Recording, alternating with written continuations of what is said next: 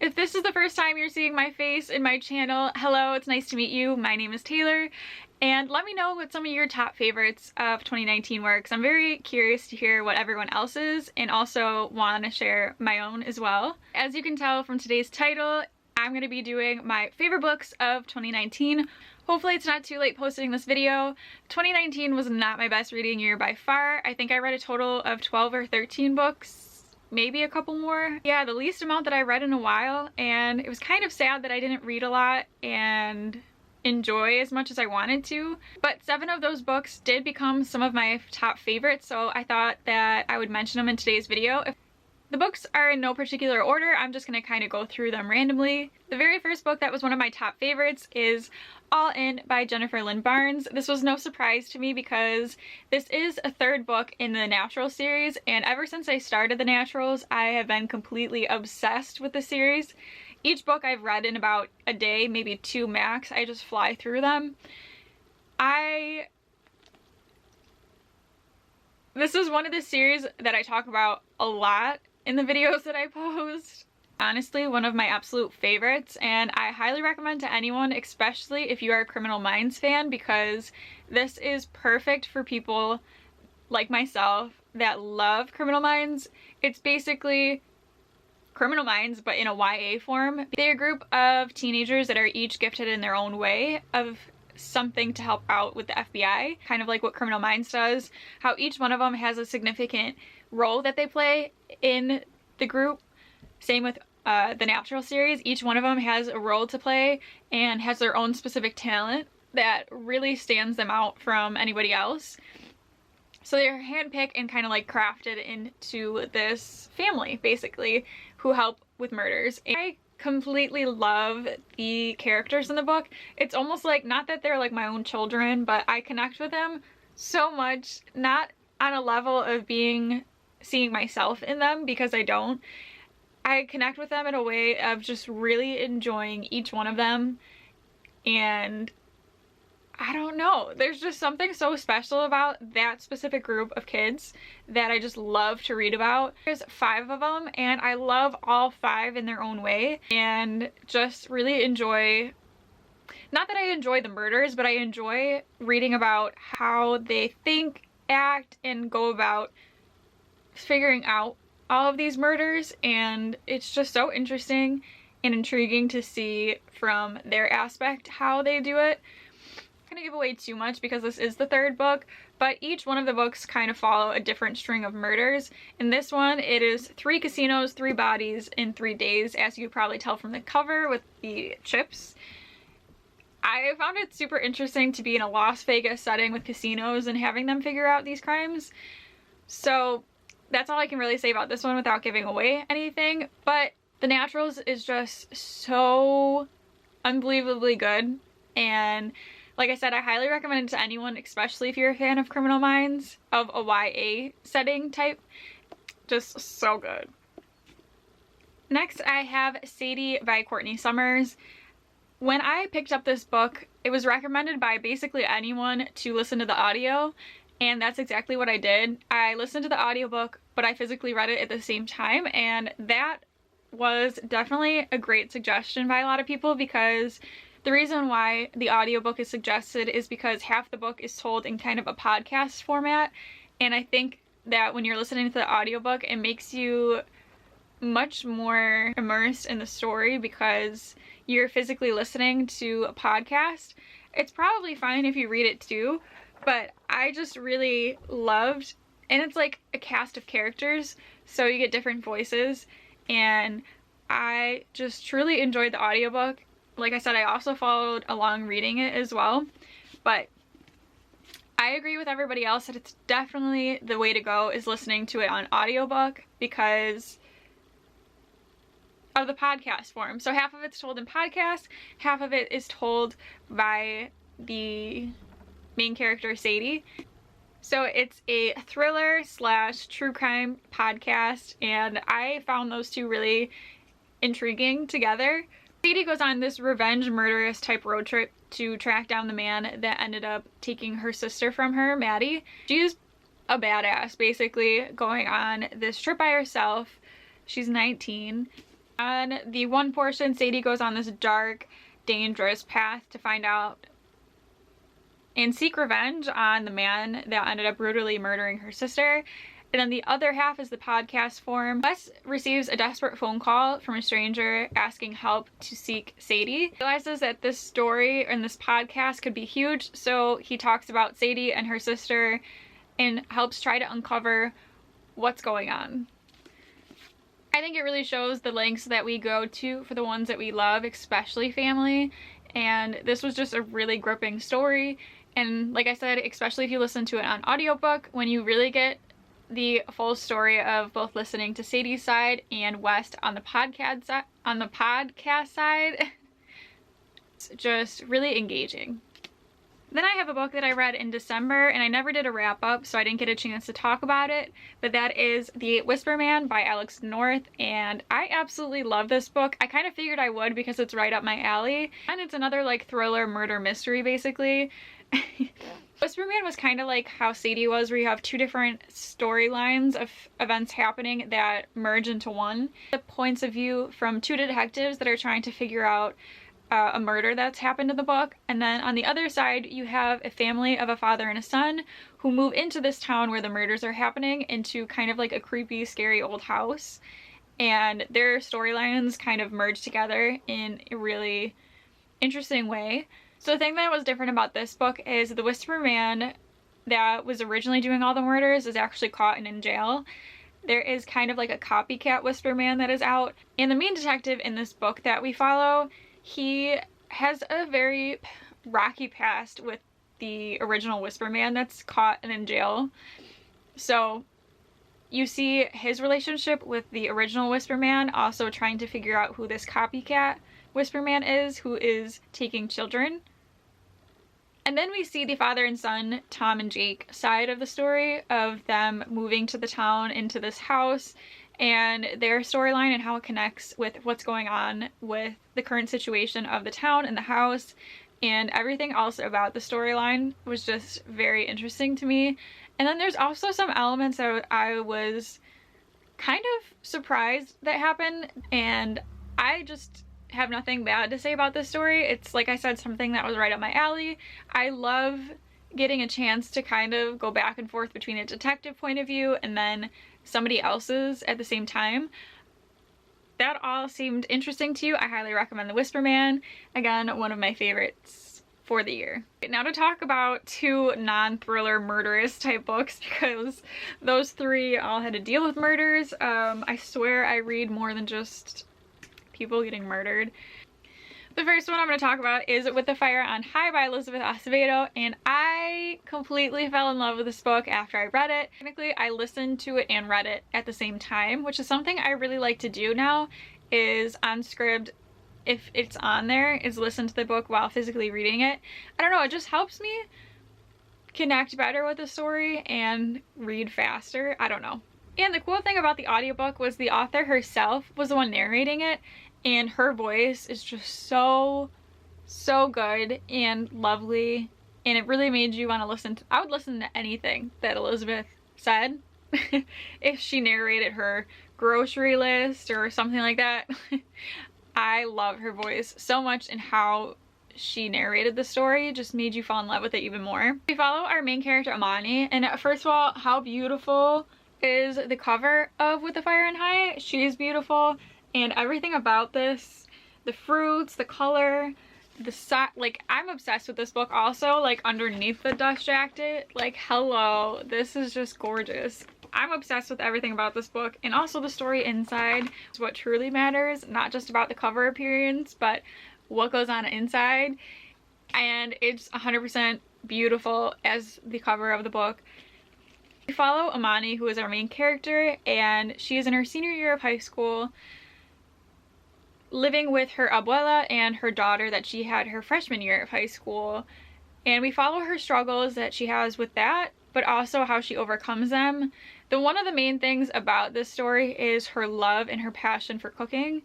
And that's where I really connected with in this book. Is I also, when I was in high school, did culinary classes and had a strong love for culinary and cooking and everything like that. But Amani's cooking is almost different. It's like magical in a way that anyone who tries and eats her cooking just goes to this, like I said, magical place. And it's interesting to see her passion for cooking, because hers is a lot stronger than mine was.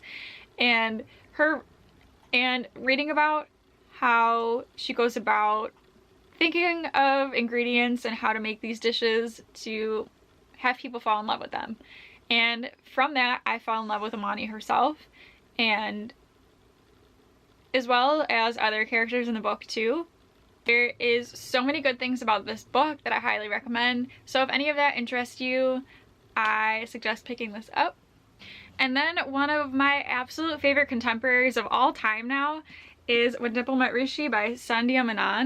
And I am completely obsessed with this book ever since I read it. I flew through this book as well. I am completely head over heels for this book ever since I read it. It is, like I said, one of my favorite contemporaries of all time now in the YA genre. And I have two of our characters, Dimple and Rishi. And Dimple is someone that is a very smart and independent, willing to go after what she wants. She wants to go to the summer program for aspiring web developers, which is something that she is very passionate about. And like I said, school and education is very important to her, especially college. And she really wants to do this program before she goes into her freshman year of college. But her mom and her parents have a different kind of life that they want her. They want her to find the ideal Indian husband and marry, have kids, settle down, but that's definitely not what Dimple wants yet. She wants to live her life how she wants. She wants to have her education, live life, and then think about having a husband and kids. And then on the other side, you have Rishi, and he's the reason why this is my favorite book. I think that if you've read To All the Boys I've Loved Before series, that was one of my, and still is, one of my favorite trilogies and some of my favorite books. Peter Kay was one of my top favorite peeps. I'm sorry, Peter Kay, but Rishi definitely topped it. And if you are a fan of Peter Kay, I think you would be a huge fan of Rishi. At least that's how it happened in my opinion. Definitely just head over heels, swoon for him. But Rishi is a hopeless romantic, and his parents tell him that his future wife is going to be attending this summer program, which is the same one that Dimple's going to. And Rishi wants to be arranged. He wants to have the traditional values that his parents want him to have. So the Shaws and the Patels didn't have this specific arrangement in mind for marriage until they realized that both of their kids wanted to go to the same summer program. So they thought, why not naturally kind of like give a little push to their kids in the summer program? The difference is, though, Dimple has no idea about it whatsoever. She just thinks that her parents are actually letting her go and pursue her dreams of doing this web developer program, and like appreciating the fact that she values education more than she does a marriage right now. Rishi, on the other hand, he knows that Dimple's gonna be there, and kind of for this arranged setup that it's gonna be happening, because he's the one that values his traditions of his family. As you can tell, Dimple and Rishi are the exact opposite in many ways, but it's really interesting to see them come together and really see how opposites are, if they attract, if they don't, if they clash. There's so many good things about this book. I said it's probably one of my top favorite contemporaries of all time, and I just love and adore this so incredibly much and highly recommend it. If any of what I said sounded interesting to you, this book is great. Fantastic. Love it. The next one I wanted to talk about, I actually can't find right now. I've been looking everywhere for it and I have no idea where it is, which is kind of making me freak out because I love it so much and I don't know where it is. I Can't Make This Up: Life Lessons by Kevin Hart. I loved this book a lot more than I thought I was. I knew I was gonna like it, but I didn't think it was gonna be one of my favorites of the year. I would suggest it if you are a big Kevin Hart fan, or if you like him at all. I actually went to one of Kevin Hart's live comedy acts when he was in my town, and I got to see him perform live, which was awesome. And he is so hilarious, and I was laughing my butt off the whole time. I'm just a fan. So when I saw that he had this book out, I knew that it would be something I was interested in, because one, I wanted to have a funny book, and two, I just wanted to see more of his life and what it was about before he was this big actor, comedian, so many other things. I didn't imagine that this book would actually give me so many, even though it says in the title, life lessons, there is just so many heartfelt moments that I wasn't really expecting. Yes, Kevin Hart's funny, but I never really see the serious kind of inspiring side of him truly showing everything about his life, from the first moments to the process that it took for him to become what he is today, and the hard work, blood, sweat, and tears that was put into it, the patience, so many things about this book to me I found incredible. Now, I don't know if someone that doesn't know who Kevin Hart is or is not a fan would enjoy like reading all of his life. Although if you will, that's awesome. I personally found it very inspiring and emotional and so many other things. But I can't speak on the fact if you're not a Kevin Hart fan if you'll like it, because I am a huge Kevin Hart fan. So the only way I can recommend it is if you are a massive Kevin Hart fan, you will definitely, hopefully, love it as much as I did and get a lot of life lessons out of it. You get the funny moments of the Kevin Hart that you probably see when you're watching his comedy acts or how he is in movies. And those parts were super funny, and I found myself literally laughing out loud. But the serious sides of him and the inspiring sides, I was surprisingly very much enjoying, and I took a lot out of the book than I thought that I would. And there's a lot of things that I connected with in the same respect of him, not in a acting comedian career, but in a entrepreneur side to it, and a self-starter. I have an Etsy shop, if you guys didn't know, where I sew book sleeves, and a lot of the doubts or challenges that I have, I found a lot of passages in there from Kevin's point of view of how he goes to achieve his goals. I really connected with, and like I said, I took a lot out of it, and just proving that not giving up and hard work, even if it takes 5, 10, 20 years, if you put in all of your love and your hard work, then you can achieve what you are passionate about. But yeah, there's so many things about the book. You get a lot of his life and early stages, middle, ending. You just get a lot of him. The whole book is about him. So if you want to read a book about Kevin Hart and life lessons and a funny side of him, a serious side, his life, I highly recommend the book, and hopefully you get a lot out of it as much as I did. And then the last book for my 2019 favorite reads is The Dry by Jane Harper. This wasn't a 5-star book. It was close though. It was like 4.5 stars out of 5. It's the only one that I didn't rate a 5 stars in this list that I've mentioned so far. Very close though. I really love Jane Harper's writing and how she tells a story. And I also really enjoyed the character, the main one, Aaron Falk, in this. So Aaron Falk is a federal agent, and it takes place in Australia. Aaron Falk gets word that his childhood best friend Luke is dead, and Luke's whole family is murdered. So not only does he get news about that, he also has a note that he receives, and it says, "Luke lied, you lied, be at the funeral." Like that, Aaron Falk is swept back to a place that he hasn't been in over 20 years for this funeral.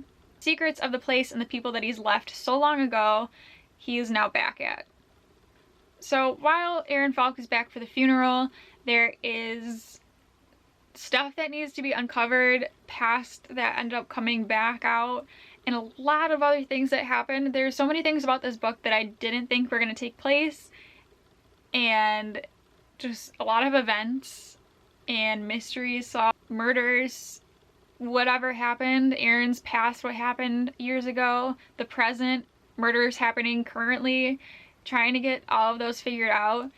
I just really loved getting to go along with Aaron, trying to figuring out all of the stuff from his past and his present, and I found it super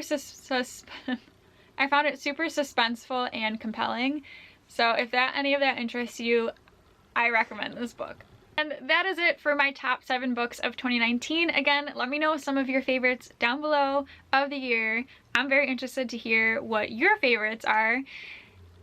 Thank you so very much for watching this video. I hope that you all have a magical and wonderful day, and I will see you in my next one. Bye!